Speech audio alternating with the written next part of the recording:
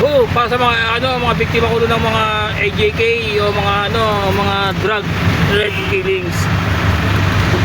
Sigurado ba kayo na si Pangulong Duterte ang nag-utos noon? Sinabi lang naman niya, wag yung sisirain ang kinabukasan ng mga kabataan, kundi papatayin niya kayo.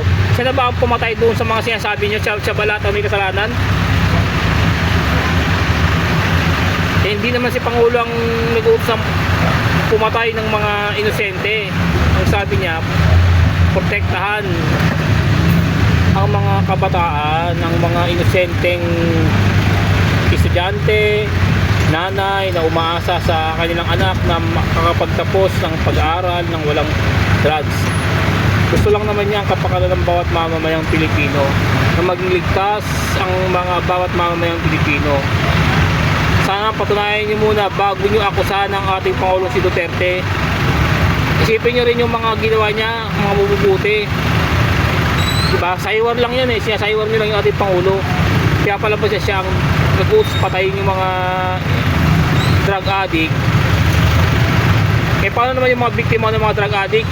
Mga ginagahasa, mga kabataang pinapatay, ginagahasa, nire-rape ng mga drug addict. Ayan. Nasaan na yung hustisya para sa kanila?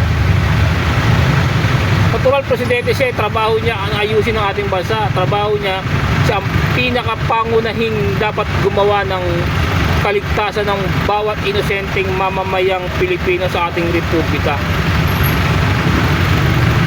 Siya lang naman at siya lang ang dapat na nangunguna.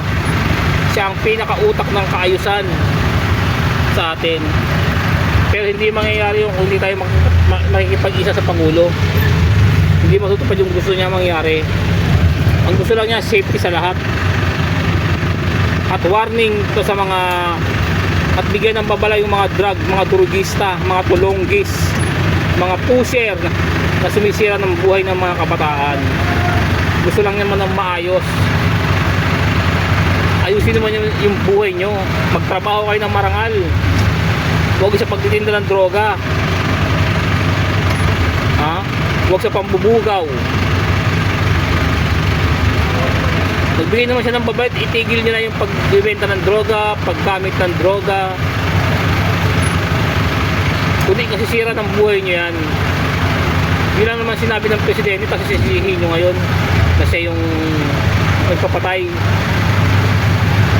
Kasabi nga na guilt is personal. Hindi inutos ng Pangulo na pumatay na nakatali ang kamay. Hindi inutos ng Pangulo na pumatay ng nakatalikod at pumatay.